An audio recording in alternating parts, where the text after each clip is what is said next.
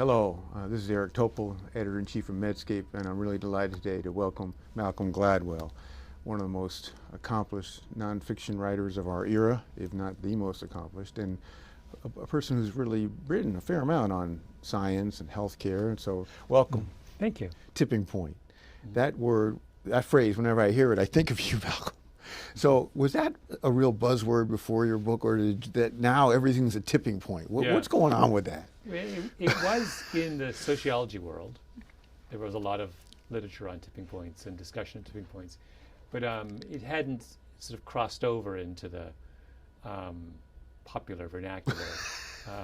Oh my gosh. But I by no means invented it. I just understand. loved the phrase whenever I ran across it in the literature and thought it deserved a wider era. I mean, I can hardly go to a conference where at least one of the speakers isn't talking about the tipping point now. It's pretty wild. Now, let's get back to the healthcare medicine scene. It's kind of a desperate situation. We've got $3 trillion in this country. A lot of it is waste, unnecessary stuff. A lot of it's mismatch of a drug for the wrong person, or all sorts of things. Do you have any ideas of how to fix this mess? Well, it's funny. One of the things I will say about my views about medicine and healthcare is that they change every 2 years. So I have swung from being, at one point in my life I was convinced what everyone needed was the Canadian system. Then I became convinced that no, that was the worst thing, and what everyone needed was something that went in exactly the opposite direction. Then I was like, well, Canadian healthcare is good for Canadians, but probably not good for Americans. I've occupied every spot on the continuum.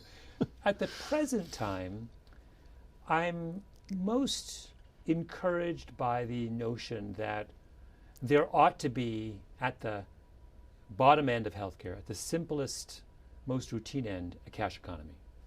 That what we ought to be doing is not expanding insurance, but restricting insurance.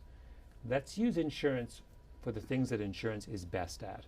And insurance is best at catastrophic events, unexpected, big-ticket things that you have no one could plan for or anticipate, and let's turn the stuff that is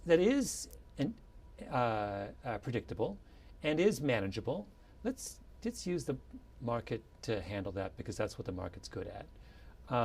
I like that idea. How we get there, I don't know. That's another question, I guess. But I actually, there are many people smarter than me who look at the evolution of Obamacare at the present time and say, people are going for, there's a surprising move towards these very, very high deductible plans. I myself, although I'm scarcely typical, but I have opted for a very, very high deductible plan for precisely this reason, that the everyday stuff I just rather, and if, is there some way that we can subsidize and help people deal with the cash economy, use healthcare savings accounts, there's all kinds of ideas out there. And I wonder whether at least experimentation with that might not be the right way to go. And I think that might curb some of the worst instincts, over treatment instincts that people have.